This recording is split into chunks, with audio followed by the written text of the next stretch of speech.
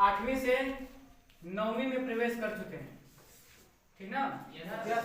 तो बहुत सारे लोग तो यहाँ से जुड़े हैं, कुछ लोग नए भी हैं। तो जो लोग यहाँ से जुड़े हैं वो तो बहुत कुछ जानते हैं, और जो लोग नहीं जुड़े हैं वो भी कहीं ना कहीं से जानकर ही कुछ आए हैं यहाँ, ठीक ना? तो जिनको आता है उनके लिए भी सही, जिनको नहीं आता है उनके लिए भी ठीक है। हम शुरू करने जा रहे हैं ग्रामर, और ग्रामर की शुरुआत होगी एकदम शून्य से। कहाँ से होगी? शून्य से। और सबसे बड़ी चीज ये है कि 90% लोग ग्रामर की स्पेलिंग में ही मिस्टेक करते हैं। तो ग्रामर की स्पेलिंग क्या होती है? GRAMMER या AR ना? Yes sir. Important? Yes sir. ठीक। ई की जगह क्या होना चाहिए? ग्रामर मींस होता क्या है? व्याकरण। व्याकरण का कार्य क्या होता है? ठीक। तो पीछे भी आप लोग पढ़े हैं, अब यहाँ से भी पढ़ेंगे। तो हम आपको ये मानकर पढ़ाएंगे कि आपको कुछ नहीं आता। तैयार है पढ़ने के लिए? अब ये मत कहिए आप कि सर जी हमको तो बहुत कुछ आता है। ठीक है, अगर आता है तो अच्छी बात है, लेकिन हम ये मानकर पढ़ाएंगे कि आपको कुछ नहीं आता, सिर्फ अंग्रेजी पढ़ना लिखना जानते हैं, लेकिन व्याकरण के मामले में बहुत कुछ ज्यादा विशेष नहीं जानकारी है आपके पास। तो एकदम शून्य से शुरू करेंगे हम, और शुरुआत होगी ग्रामर की डिफिनीशन से, ग्रामर की परिभाषा से। तो ग्रामर की परिभाषा बहुत सारे लोग जानते होंगे। Yes sir. ठीक है, बताएंगे भी। Yes sir. तो आइए सुन लेते हैं। ग्रामर की एक बहुत ही फेमस परिभाषा है जो हर टीचर बताते हैं और हम भी बताएंगे। Grammar teaches us how to read, write and speak correctly. ठीक है, व्याकरण हमें सिखाता है हाउ टू, की कैसे, स्पीक माने बोला जाना, राइट माने लिखना जाता है। ठीक है, तो जो हमें शुद्ध शुद्ध पढ़ना लिखना और बोलना सिखा दे वही क्या है? व्याकरण। लेकिन दिन भर में हम लोग बहुत कुछ बोलते हैं, बहुत कुछ लिखते हैं, ठीक है, बहुत कुछ सुनते हैं, लेकिन जो लिखते हैं, जो बोलते हैं, जो सुनते हैं वो क्या है? कोई ना कोई भाषा है, लैंग्वेज है। अगर भाषा बनी है तो भाषा की कोई एक इकाई भी होगी। ठीक है, जैसे बिल्डिंग बनी है तो बिल्डिंग की सबसे छोटी इकाई, शरीर की सबसे छोटी इकाई कोशिका, सेल। उसी प्रकार भाषा की जो सबसे छोटी इकाई होती है, भाषा की सबसे छोटी इकाई को क्या कहा जाता है? लेटर। लेटर मींस क्या होता है? अक्षर। और चूंकि हम लोग इंग्लिश पढ़ रहे हैं तो इंग्लिश में अक्षरों की संख्या कितनी होती है? 26। आइए हम लोग लेटर की परिभाषा को देखते हैं। A letter is the smallest unit of a language। अर्थात भाषा की जो सबसे छोटी इकाई होती है उसी को हम लोग क्या कहते हैं? अक्षर कहते हैं, लेटर कहते हैं। ठीक, तो व्याकरण से क्या सीखे हम लोग कि व्याकरण हमें शुद्ध शुद्ध पढ़ना लिखना और बोलना सिखाता है, लेकिन क्या कोई ना कोई भाषा अगर है तो भाषा की कोई एक छोटी इकाई भी होगी, और भाषा की जो सबसे छोटी इकाई होती है उसी को हम लोग क्या कहते हैं? अक्षर कहते हैं, लेटर कहते हैं। ठीक है, लेटर की एक विशेषता होती है कि यह कभी नष्ट और खर्च नहीं होता। ठीक है, अगर कोई ये कह दे कि ए का प्रयोग अगर एक बार आप कर दिए, ठीक है, तो दोबारा इसका प्रयोग नहीं हो सकता, ये गलत है। एक बार नहीं, 2 बार नहीं, जितनी बार मन करे उतनी बार हम इसका प्रयोग कर सकते हैं। इसके प्रयोग करने के लिए हम लोग स्वतंत्र हैं, कोई दिक्कत नहीं। ठीक ना? तो जो 26 लेटर होते हैं, ठीक है, ए से लेकर कहां तक होते हैं? A to Z। और ए से लेकर जेड तक सबको याद है ना? Yes sir. इसमें बहुत सारे बहादुर होंगे जिनको ABCD अभी याद नहीं है। याद है? Yes sir. वेरी गुड, सही, कोई बात नहीं। तो अक्षरों की संख्या कितनी होती है? 26 होती है। 27वां कोई अक्षर नहीं है अंग्रेजी में। ठीक है, अंग्रेजी में 27वां कोई अक्षर नहीं है। अगर अंग्रेजी से अगर इतनी मोटी किताब अगर अंग्रेजी में, ठीक है, रामायण का अनुवाद भी कर देंगे तब भी अक्षरों की संख्या कितनी होगी? 26। केवल 26 अक्षर ही उसमें आपको दिखाई देंगे, 27वां कोई अक्षर नहीं। इसको 2 भागों में बांटा गया है। ठीक है, स्वर और व्यंजन, वावेल और कॉन्सोनेंट। स्वरों की संख्या कितनी होती है? 5 स्वर होते हैं। स्वर कितने होते हैं? 5। और व्यंजन 21। तो अगर ये 21 याद नहीं है तो सिर्फ अगर 5 स्वर भी आपको याद हैं तो व्यंजन की भी पहचान आप लोग आराम से कर सकते हैं। और स्वर होते हैं ए, ई, आई, ओ, यू। यही 5 होते हैं ना? Yes sir. हाँ, तो अगर ये 5 याद रहेंगे तो ये 21 भी आपको आ जाएंगे। याद नहीं भी हैं फिर भी आप उसको क्लियर कर सकते हैं, कोई दिक्कत नहीं है। ठीक, अब देखिए लेटर की विशेषता हमने बताया कि ये कभी नष्ट और खर्च नहीं होते। ये नहीं कि हमने राम में अगर आर का प्रयोग कर दिया तो रीता में आर का प्रयोग नहीं करेंगे, ठीक है, राधेश्याम में आर का प्रयोग नहीं करेंगे, रमेश में आर का प्रयोग नहीं करेंगे। हमारा जहां मन करेगा, जितनी बार मन करेगा उतनी बार हम आर का प्रयोग कर सकते हैं, क्योंकि अक्षर की विशेषता होती है कि कभी नष्ट और खर्च नहीं होता। और संस्कृत में भी इसको कहा गया है कि न क्षरति इति अक्षरः, अर्थात जिसका क्षरण न हो सके, जिसका विनाश न हो सके, जो कभी नष्ट न हो सके, जो कभी खर्च न हो सके, उसी को हम लोग क्या कहते हैं? अक्षर से आगे बढ़ेंगे तो अक्षर से बड़ा होता है शब्द। अक्षर से बड़ा क्या होता है? शब्द। शब्द, शब्द की अंग्रेजी वर्ड। एक होता है वर्ड और एक होता है वर्ड। तो वर्ड और वर्ड में अंतर है? हाँ, वर्ड माने होता है संसार, विश्व, और वर्ड माने होता है शब्द। तो ये शब्द कैसे बना है? शब्द बना है अक्षरों के समूह से कि सार्थक समूह से? हाँ, सार्थक समूह से। क्योंकि अगर बोल देंगे कि अक्षरों के समूह को शब्द कहा जाता है तो ये परिभाषा आपकी, ये डिफिनेशन आपकी गलत है, ठीक है।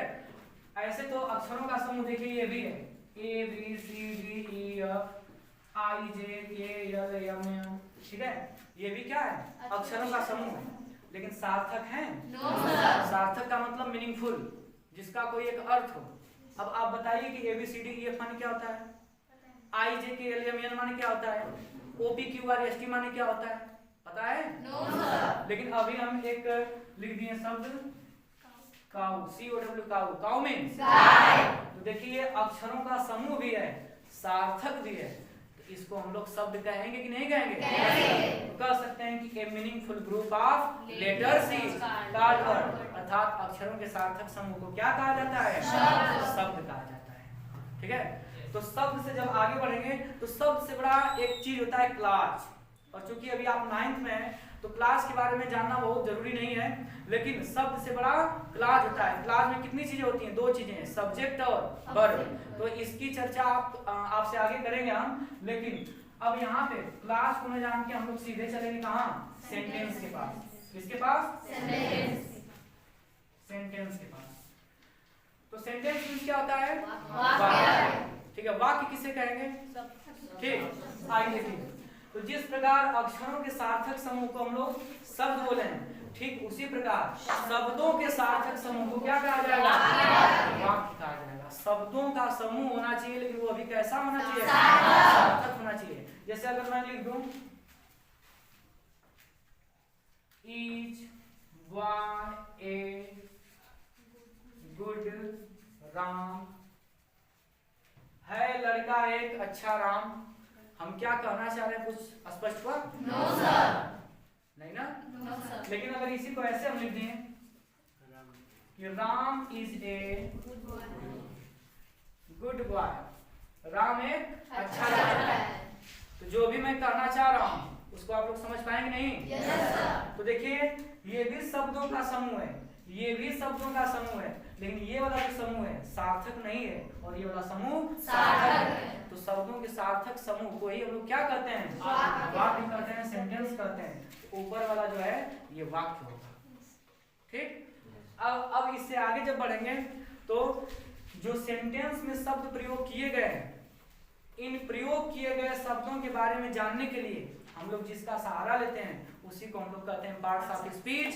और एक दिन हम डिस्कस किए थे आप लोगों से कि कक्षा 9वीं में, ठीक है, 4 टॉपिक हमको पढ़ना है। कौन कौन से topic? 4 topic. Parts of speech, tense, voice और नरेशन। तो देखिए जो पार्ट्स ऑफ स्पीच है ये अंग्रेजी का हृदय है। और बताइए अगर हृदय की गति रुक गई आप जीवित रहेंगे कि मर जाएंगे? मर जाएंगे। हम मर जाएंगे, ठीक है। तो उस गति को रुकने नहीं देना है, ठीक है। लगातार हम लोग उसको चलने देंगे और चलने के लिए हमको इस चीज के बारे में जानना होगा, पढ़ना होगा। तो सेंटेंस भी जान गए। फिर से आइए एक बार, grammar teaches us how to read write and speak correctly. व्याकरण हमें शुद्ध शुद्ध पढ़ना लिखना और बोलना सिखाता है। क्या? कोई न कोई भाषा। अगर भाषा बनी तो भाषा की कोई एक छोटी इकाई भी होगी। भाषा की सबसे छोटी इकाई को क्या कहा गया? अक्षर। ठीक है, अक्षर से आगे बढ़े तो क्या मिला? शब्द। अक्षरों के सार्थक समूह को हम लोग क्या जाने? शब्द जाने। ठीक है, शब्द से आगे बढ़े तो क्या मिला? वाक्य। शब्दों के सार्थक समूह को क्या कहा गया? वाक्य। और उन्हीं वाक्यों में प्रयोग किए गए शब्दों के बारे में जानने के लिए हम लोग जिसका सहारा लेते हैं उसी को पार्ट्स ऑफ स्पीच कहते हैं। तो अगर पार्ट्स ऑफ स्पीच को परिभाषित करना हो, उसकी परिभाषा देनी हो, तो उसकी परिभाषा यही होगी कि जिस प्रकार अक्षर से शब्द का निर्माण हुआ, शब्द से वाक्य का निर्माण हुआ, उन्हीं वाक्यों में प्रयोग किए गए शब्दों के बारे में जानने के लिए हम लोग जिसका सहारा लेते हैं उसे क्या कहते हैं? Parts of speech. और ये पार्ट्स ऑफ स्पीच की हिंदी होती है शब्द के भेद। भेद माने प्रकार भी होता है, भेद माने जानकारी भी होती है। तो अगर एक सेंटेंस लिखा गया है जैसे Ram is playing hockey, Ram is playing hockey, ये सेंटेंस है कि नहीं है? ये सेंटेंस है। अगर ये सेंटेंस लिखा गया है तो इसमें जितने भी शब्द प्रयुक्त हैं, इन शब्दों के बारे में जानने के लिए ही तो हम लोग पार्ट्स ऑफ स्पीच का सहारा लेते हैं। yes, कैसे? अगर नाम है तो क्या है, इज है तो क्या है, प्लेइंग है तो क्या है, हॉकी है तो क्या है। तो अभी आप लोग कुछ नहीं जानते, लेकिन जब पूरी पार्ट्स ऑफ स्पीच पढ़ लेंगे तब अगर ये सेंटेंस लिखा जाएगा आपके सामने तो तुरंत आपका जवाब होगा कि राम नाउन है। अगर हम पूछे नाउन में भी कौन सा नाउन? Proper noun. इज क्रिया है, क्रिया में भी कौन सी क्रिया? Helping verb. हेल्पिंग वर्ब में भी कौन सी helping verb? Primary auxiliary verb. ठीक, उसके बाद प्लेइंग, प्लेइंग क्या है? ये भी क्रिया है, और क्रिया में कौन सी क्रिया? Main verb. Hockey, hockey noun है। ठीक है, नाउन में कौन सा नाउन? एब्स्ट्रैक्ट नाउन, क्योंकि जितने भी खेलों के नाम होते हैं ये सभी एब्स्ट्रैक्ट नाउन। आई बात समझ में? yes, तो जब पूरी पार्ट्स ऑफ स्पीच आप पढ़ लेंगे तो कोई भी सेंटेंस लिखा होगा, हर एक सेंटेंस में प्रयोग किए गए शब्दों की पहचान आप लोग आराम से कर सकते हैं। और शब्दों की पहचान से हर एक परीक्षा में प्रश्न बनता है। जैसे मान लीजिए भविष्य में आपको शिक्षक बनना है, ठीक है, तो जब टेट का एग्जाम देंगे तो टेट के एग्जाम में 3-4 प्रश्न आते हैं पार्ट्स ऑफ स्पीच से, जिसमें सिर्फ आपको पहचान करना होता है कि दिए गए सेंटेंस में शब्द को क्या कर देगा? अंडरलाइन, बोल देगा कि रेखांकित शब्द पार्ट्स ऑफ स्पीच से क्या है। तो जब उस शब्द के बारे में जानते रहेंगे तब बताएंगे। तो यही पार्ट्स ऑफ स्पीच है। ये जो शब्द के भेद हैं ये 8 होते हैं। तो अंग्रेजी में कुछ है ही नहीं, अंग्रेजी में कुछ नहीं है। अंग्रेजी में सिर्फ 8 चीजें हैं। अंग्रेजी में सिर्फ 8 चीजें हैं। और 8 चीज कौन कौन? Noun, pronoun, adjective, verb, adverb, preposition, conjunction, interjection. पूरी अंग्रेजी पढ़ डालो आप लोग, इतनी मोटी किताब पढ़ डालो, अगर उसमें सिर्फ मिलेंगे तो यही 8 चीजें मिलेंगी। 8 के अलावा अंग्रेजी में कुछ है ही नहीं।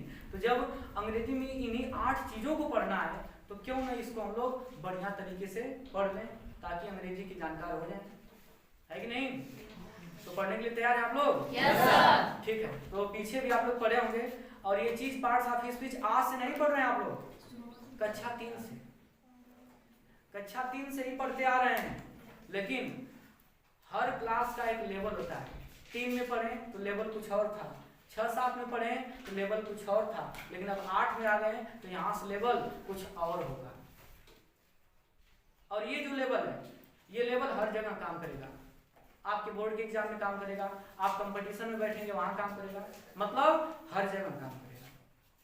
और आप पढ़ाई कर रहे हैं नौकरी पाने के लिए ना, तो जैसे ही आप इंटरमीडिएट पास करेंगे तो कंपटीशन, जब कंपटीशन में बैठेंगे, प्रतियोगी परीक्षाओं में बैठेंगे, तो वहां पे कोई ऐसा एग्जाम नहीं है, ठीक है, कोई ऐसा एग्जाम नहीं है, चाहे केंद्र सरकार का हो चाहे राज्य सरकार का हो, जहाँ पे अंग्रेजी न पूछी जाती हो।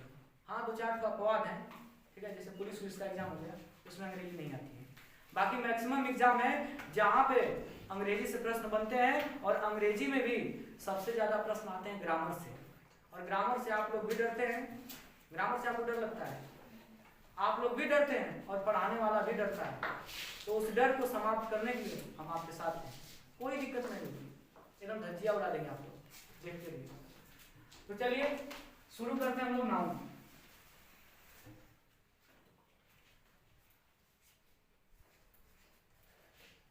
नाउन मीन्स क्या होता है? संज्ञा। संज्ञा। संज्ञा की परिभाषा क्या होती है? वो पुरानी परिभाषा कक्षा 3 वाली। Noun is the name of a place, ठीक ना? यही रटी रटाई परिभाषा आप लोग पढ़ के आए हैं, लेकिन ये परिभाषा गलत नहीं है, सही है। जब जहां जिसकी मांग है, ठीक है, उस मांग को पूरा किया गया, लेकिन अब थोड़े से समझदार हो चुके हैं, ठीक है, समझने और सोचने की क्षमता का विकास हो चुका है, इसलिए अब उस परिभाषा को भूल जाइए। क्योंकि जब कक्षा 8 तक आप लोग थे ना, तो परीक्षा में पूछा जाता था, ठीक है, कि नाउन की परिभाषा लिखिए, नाउन के प्रकार लिखिए, लेकिन अब 9वीं 10वीं 11वीं 12वीं में वो सब काम नहीं होगा। अब परिभाषा नहीं पूछेगा, अब उसके तक जाना होगा, आपको समझना होगा कि वास्तव में नाउन होता क्या है। आइए जानते हैं नाउन क्या होता है। नाउन माने होता है संज्ञा, ठीक है। तो noun is the name of place, person, animal और थिंग्स, ठीक है। किसी व्यक्ति, वस्तु, स्थान तथा भाव के नाम को हम लोग संज्ञा करते हैं। ये पुरानी परिभाषा है, ठीक है। लेकिन एक नई परिभाषा जानिए कि any name is a noun, या कहते हैं कि all naming words are noun, ठीक है, वो भी सही है। चाहे any name is a noun, अगर कोई भी नाम है तो वह नाउन होगा। और इस संसार में कोई ऐसी चीज नहीं है कि जिसका नाम नाउन हो। तो कोई ऐसी चीज बताइए कि जिसका नाम नहीं है। वो अलग बात है कि हम लोग उसके बारे में नहीं जानते हैं, उसके नाम से हम लोग नहीं परिचित हैं, लेकिन अगर कोई वस्तु है, व्यक्ति या स्थान है, कुछ भी है, तो उसका नाम जरूर है। आई बात समझ में? तो बताइए, इस संसार में कोई ऐसी चीज नहीं है जिसका नाम न हो। और अभी हमने बताया कि any name is a noun. तो बताइए, इस ब्रह्मांड में, इस जगत में जितनी भी चीजें मौजूद हैं, सभी की सभी नाउन है कि नहीं है? तो यहाँ पे आप लोग जो भी देख रहे हैं, एवरीथिंग इज नाउन, सब कुछ संज्ञा है, सब कुछ संज्ञा है। लेकिन अंतर बस इतना है कि कुछ संज्ञाएं हैं जिनको हम लोग गिन सकते हैं, और कुछ संज्ञाएं हैं जिनको हम लोग गिन नहीं सकते, ठीक है।